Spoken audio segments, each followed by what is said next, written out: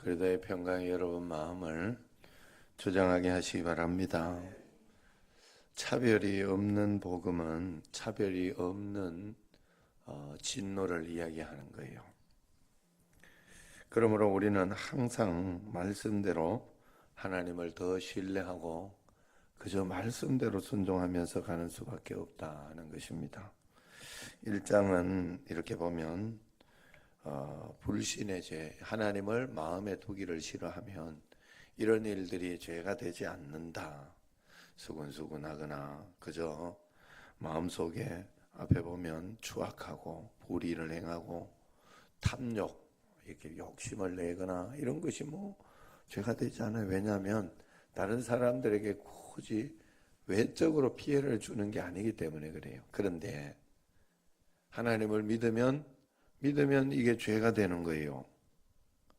하나님이 마음속에 와 계시기 때문에 그렇고, 그 다음에 그것은 근본적인 죄이기 때문에 그래요. 근본적인 죄이기 때문에 하나님을 두면서 궁극적으로는 그것을 계속 가지고 있을 수 없기 때문에 그렇다. 자, 그러면서 이 불신의 죄인데 이것이 결국은 사람을 사형에 해당하게 하는 그런 죄이다 라는 것을 이야기합니다.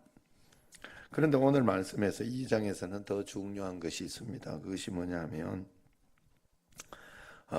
이 믿는 자의 죄다 하는 거예요. 잘 믿고 있다고 하는 우리가 짓는 죄가 있다 하는 거예요.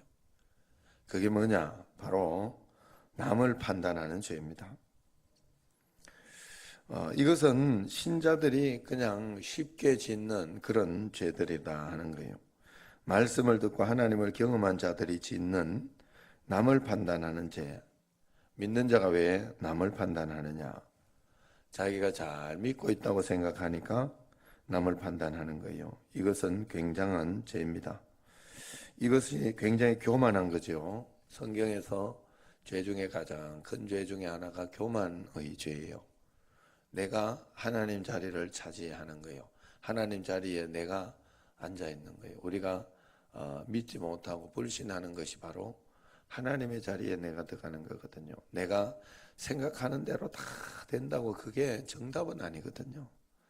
그래서 언제나 내가 기도하고 최선을 다하는 것까지는 내가 하지만 그 다음 일은 항상 맡겨야 돼요. 하나님께. 하나님이 인도하는 대로 가겠다 하고 내 마음의 짐을 다 하나님께 예수님 십자가 아래 다 내려놓고 예수님이 알아서 하시도록 인도하시도록 우리가 다 맡겨야 되는 거거든요. 그런데 그 자리를 내가 차지할 때가 있어요. 교만의 죄입니다. 이 땅을 하나님이 유죄 선교를 하셨다면 그때부터 우리는 어떻게 살아야 되느냐? 우리가 이 땅에서 살아야 되는 거 구원받았다. 예수님 십자가로 구원받았다 하면 그때부터 우리가 살아야 되는 것은 주님께 한 걸음 한 걸음 주님을 믿으면서 날마다 자기 십자가를 지고 주님을 날마다 따라가야 되는 거잖아요. 성경이 그래 이야기했잖아요. 날마다 제 십자가를 지고 나를 따라야 할지니라 이야기를 하고 있잖아요. 그렇게 살고 있어요. 매일매일 주님 앞에 자기 십자가를 지고 그게 믿음으로 사는 거거든요. 믿고 나면 그렇게 사는 거예요. 내가 생각하는 게 다 맞지 않다. 하나님이 옳으시다. 이걸 통해서 내가 할 수 있는 것까지만 하면 돼. 그 다음은 하나님, 그게 진짜 믿는 거예요. 그렇게 살아야 되는데 우리는 죄와 이제 상관이 없어지면서 믿음으로 이렇게 살다 보면 죄와 상관이 없어진다 이렇게 생각하니까 그때부터 남을 판단하기에 급급해요. 그래서 우리가 믿는 사람이 죄에 대해서 굉장히 둔감해지는 거예요. 용서받았다. 이것 때문에 굉장히 죄에 대해서 내가 둔감해지는 거예요. 그래서 우리는 굉장히 뻔뻔스럽게 죄를 지을 때가 많아요. 그런 자신감은 어디서 나오는지 몰라요. 대표적인 예로 구원파잖아요. 구원파. 구원받았다 하는 그거 강조하다가 보니까 사실 그런 거에 그 구원파의 이 이론이나 이것이 저는 틀리지 않다고 생각해요. 예수님 믿고 믿음으로 구원받았다 하는. 그런데 그걸 강조하다 보니까 내가 날마다 자기 십자가를 지는 게 없어져 버리는 거예요. 괜찮다고 생각하는 거예요. 아닌데 유대인들도 마찬가지였어요. 그들은 구원파적으로 그렇게 믿지는 않았지만은 겉으로 보이는 그런 죄를 짓지 않았습니다. 동성애 같은 것도 하지 않고 우상도 섬기지 않고 율법도 지키고 도덕적으로 아주 훌륭한 사람들이잖아요. 재산을 팔아 구제도 하고 금식도 하고 기도도 열심히 합니다. 굉장히 훌륭합니다. 그런데 이들에게 치명적인 죄가 있다면 그것은 바로 남을 판단하는 죄다. 왜냐하면 나 정도는 괜찮지. 어느새 나도 모르게 나는 구원받을 만하잖아 하는 그런 율법적인 마음이 생기는 거죠. 남을 판단하는 것의 밑바탕은 내 자신이 선하다 하는 그런 마음이 깔려 있는 거예요. 나는 안 그런데 저 사람 왜 저러냐 이렇게 판단하는 거예요. 그런데 하나님은 그것을 믿는 자의 치명적인 죄다 그렇게 이야기를 하고 있어요. 성경에서 로마서 2장에서 곧바로 우리 신자의 이 실수 잘못하는 거 우리가 여기에 쏟기 쉽다는 거예요. 그래서 네가 판단하냐? 너도 판단받을 거다. 그래 너는 판단하지 마라. 그렇게 이야기를 해요. 우리는 남을 판단할 수가 없어요. 똑같이 죄인이고 똑같이 하나님 앞에 심판받아야 하기 때문에 그래요. 우리가 판단하는 죄가 얼마나 큰지 알아야 돼요. 판단은 오직 하나님만 하시는 거예요. 여러분, 저 사람이 어떤 일이 있어서 문제가 있었다고 저 사람 죄 때문에 그래 이러면서 그러면 안 돼요. 우리는 절대로. 오늘 여기 이렇게 예배드리고 이렇게 하다가도 보면 잠을 자고 막 이렇게 자불고 이렇게 판단하면 안 돼. 특별히 우리 저를 판단하지 마시고.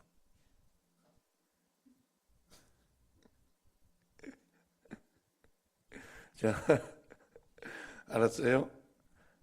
아니 이거 제가 웃자고 이렇게 이야기를 하는 소리는 중요한 이야기예요.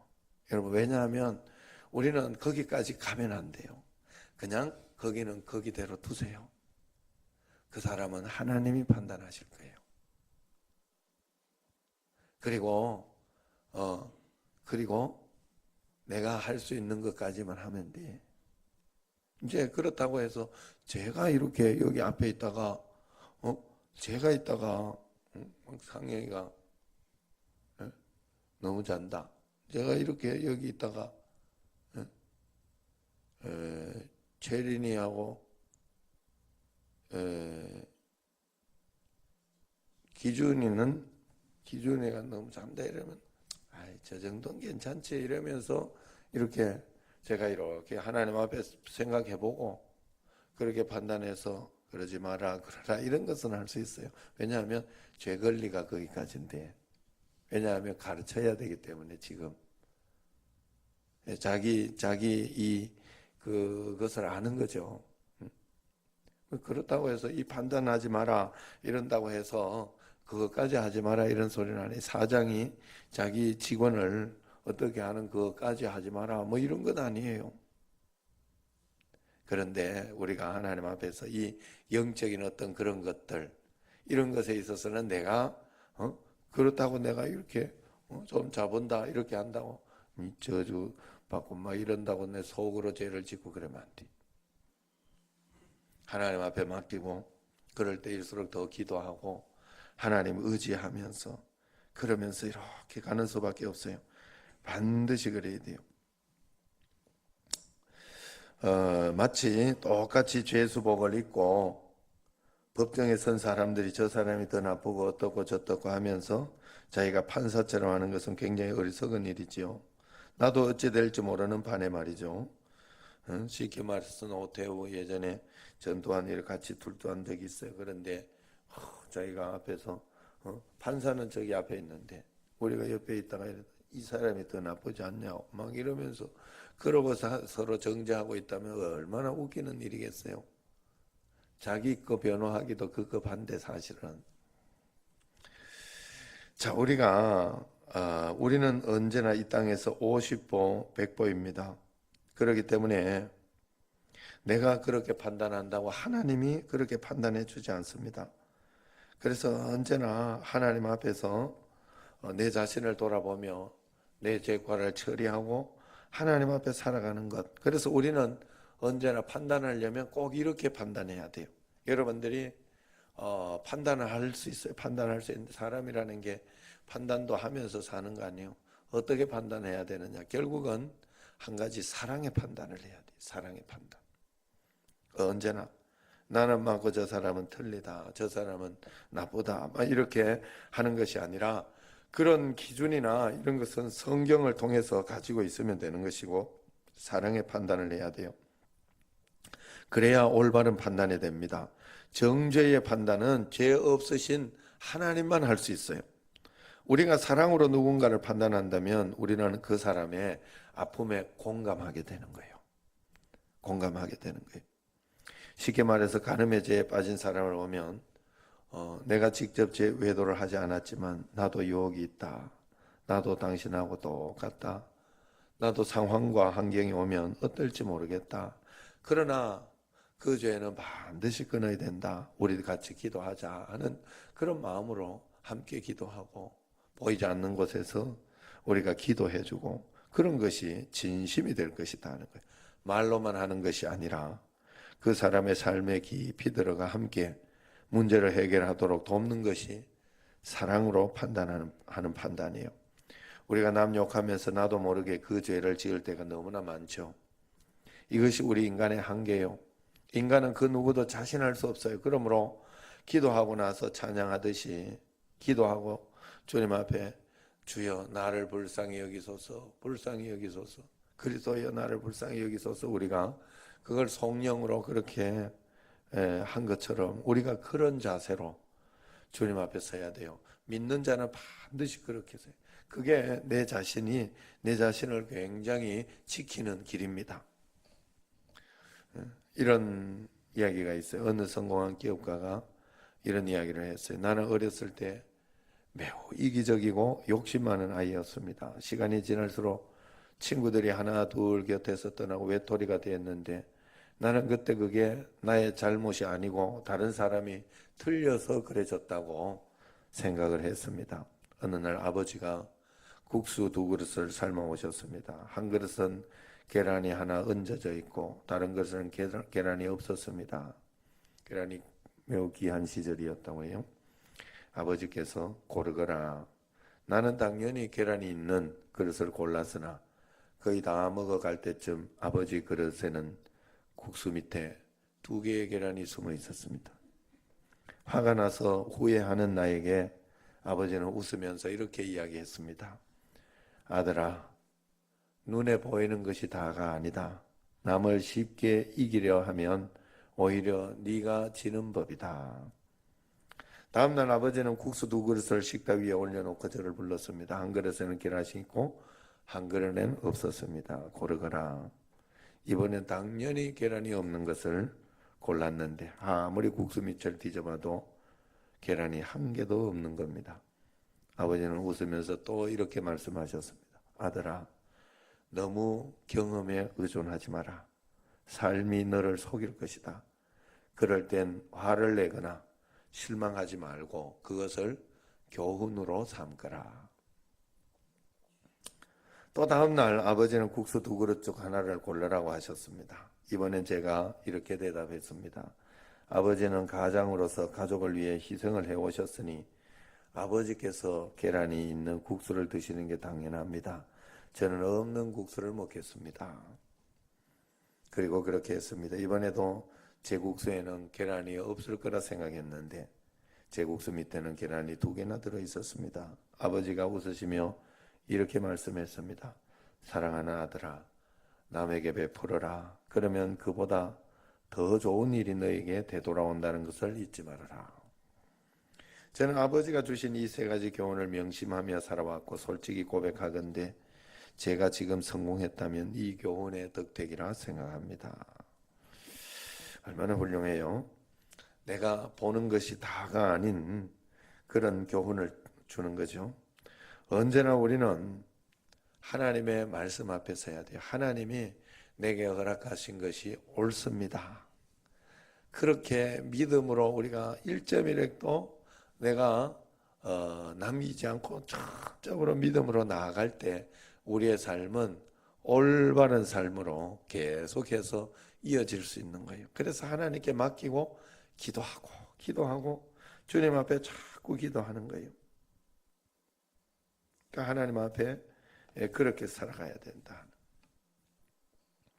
우리가 할 수 있는 것은 오직 우리가 할 수 있는 건 성경에 보면 옳다 아니라 그것밖에 할 수 없다고 해요. 오늘 내가 하나님 말씀 가운데 할 수 있는 것은 할 수 없는 것만 잘 판단하면서 내가 하나님 앞에서 말씀 앞에서 그저 내가 최선을 다해서 내가 하나님 말씀 앞에서 할 수 있는 것만 생각하면 되는 거예요. 더 이상도 더 이하도 없어요. 그저 최선을 다해서 그렇게 하면 하나님 사람은 이것이 잘 될지 저것이 잘 될지 아무도 모른다 그랬어요. 하나님만 아셔요. 하나님만. 이것이 이렇게 될지 저렇게 될지. 하루아침에도 천당과 지옥을 왔다 갔다 했다고 이야기했잖아요. 정말로 중요한 거예요. 이게. 그러면서 그래서 완전히 끝이 났구나. 이게 큰일 났다. 이렇게 생각하지만 하나님이 반전을 주실 수도 있고 그렇지 않을 수도 있고 그 전에 내가 해야 되는 것은 기도하면서 하나님을 신뢰하면서 어떻게 해서든지 주님을 신뢰하고 받아들이겠습니다. 주님 뜻대로 가겠습니다 하는 그런 마음으로 주님 앞에 하나하나 나아갈 때 하나님이 가장 좋은 것으로 우리에게 정말로 은혜로 매일매일 인도해 준 그게 믿음으로 같이 살아가는 거예요. 하나님과 함께. 여러분 반드시 그래요. 그래서 여러분 정말로 제가 이렇게 지나고 나면 항상 느끼는 거예요. 항상 느끼는 거예요. 오늘 내가 한번 여기에서 예배를 드리고 그렇게 한 것이 정말 중요한 것이 아니라 하나님 앞에서 내가 무엇을 깨닫고 어떻게 믿음으로 내가 순종하려고 하고 있고 얼마나 내가 철이 들고 하나님 앞에 정말로 믿음으로 내가 살아가려고 그렇게 지금 살아냈던가 하는 그것을 깨닫는 게 중요한 거예요. 그래서 내가 변화되고 바뀌고 있다면 진짜 천금으로도 바꿀 수 없는 사실 군에 가면 지금은 2년이지만은 2년 군에 가는 거 그 청춘 젊은 시간에 다른 나라 사람들은 안 해도 되는 것 아니에요. 우리만 있어요 그게.